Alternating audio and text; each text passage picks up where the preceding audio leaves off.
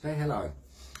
Wanted to have a little chat this morning. Really, well, I'm just having a relax in my shed and I thought I'd have a little chat. I wanted to talk to you a little bit more about my situation. I know I've told you some things in the past, but I wanted to talk to you about this. My situation.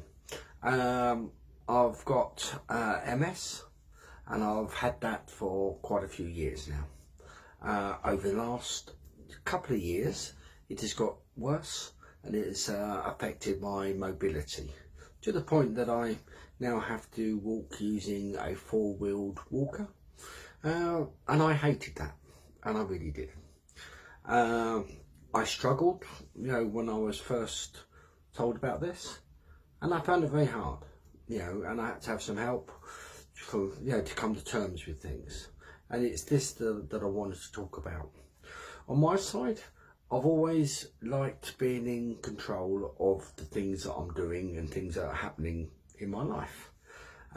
With my mobility, all of a sudden I felt that to be taken away from me. And that was the struggle. I hated it. Hated the thought that I had to be reliant on my walker, so I didn't want to use it. But it got to a point where I had no real option. I had to use it. Like I said, I've always been someone that's liked to have control.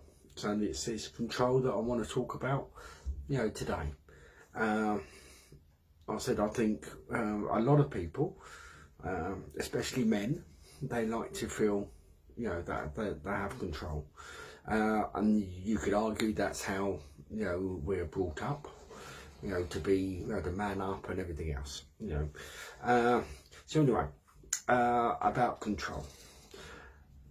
Realistic in life, there are things that happened, to all of us that we can't control. They just happen. So a bit like me, with my MS, nothing I can do to control that. I have now got MS and my mobility has been restricted. Nothing I can do about that. But realistically there is. I can accept it.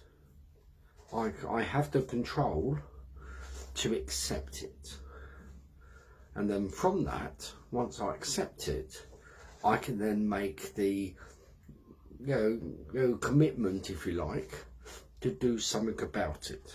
Okay, it can't be cured, but when I spoke to my consultant, he said to me, you've got two choices really.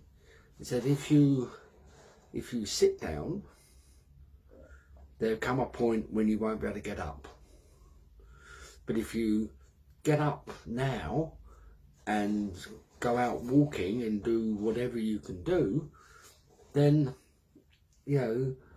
I don't say that it would, you won't ever be in a wheelchair, but it'll be further away.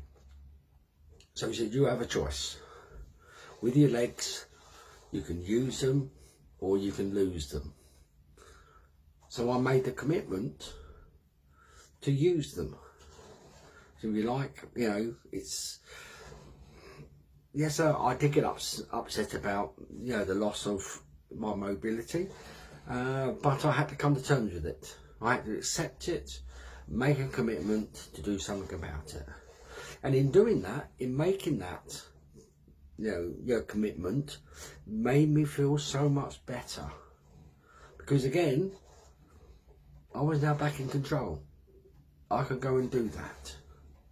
And that's the important thing that, I think, for us men, women as well, we like to have control over our fate and everything else.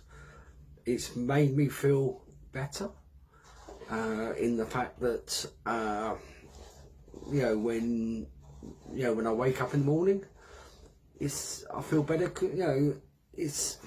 I wake up and it's a good day. That means I can go out and have a walk. I can go and get a coffee in, a local cafe or something like that. I can, walk around the park.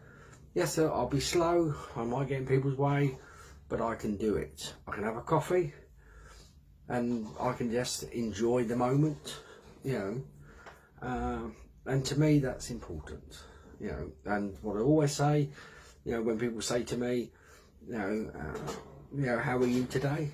I will say, I woke up. That's a good day.